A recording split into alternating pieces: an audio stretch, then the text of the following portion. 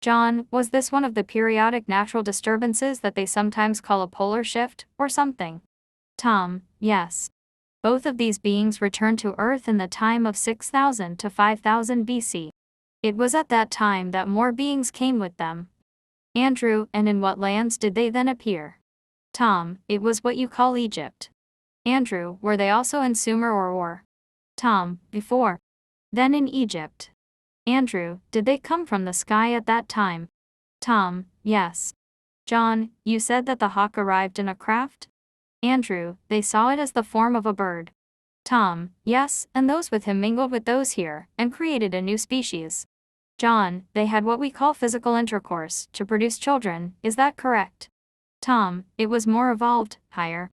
Andrew, a method of upgrading the local species on Earth, right? Tom, strengthening. Andrew, and they use their own means and knowledge to do that, right? Tom, yes. Andrew, and when they appeared on Earth, they found certain beings that they thought would help to strengthen the species, so they mingled with them and developed a hybrid. And then they watched, to see what would happen with that hybrid. Tom, that is in essence the truth. The problem with the beings that existed was that they worshipped the visitors, this was handed down through the species. And the species then worshipped. Guest, is it possible for you to give more images of the Akesu culture, and about any phases it went through, or any other characteristics which would be useful to know? Tom, Akesu is a seeded colony, arranged for the evolution of your planet Earth, and for teaching the process of progress, for a leap forward of humankind.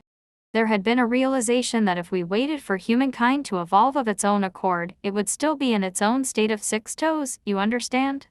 When there is one group accelerating, the acceleration creates a spin-off, then that touches others for their acceleration also. Therefore implemental devices were brought forward, organization for the colony, for communal development. Also there were forward offshoots of some who went to what you now identify as China, a great communal country now. And out to other domains, more gradually. That was the beginning of what you term the giants merging with the daughters of men, you understand. Also, at times there were species created from merging together, that were brought forth, one civilization connecting genetically with another civilization, created a species. That was in the beginning. John, can you say when language began? Did they have any language at all before the time of Akesu?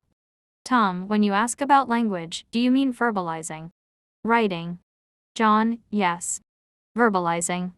Tom, do you call grunts and gungs sick verbalizing? John, I'm talking about language with some kind of grammatical structure. Tom, not totally. John, so the leaders, the giants who came down, added to that and built on the language.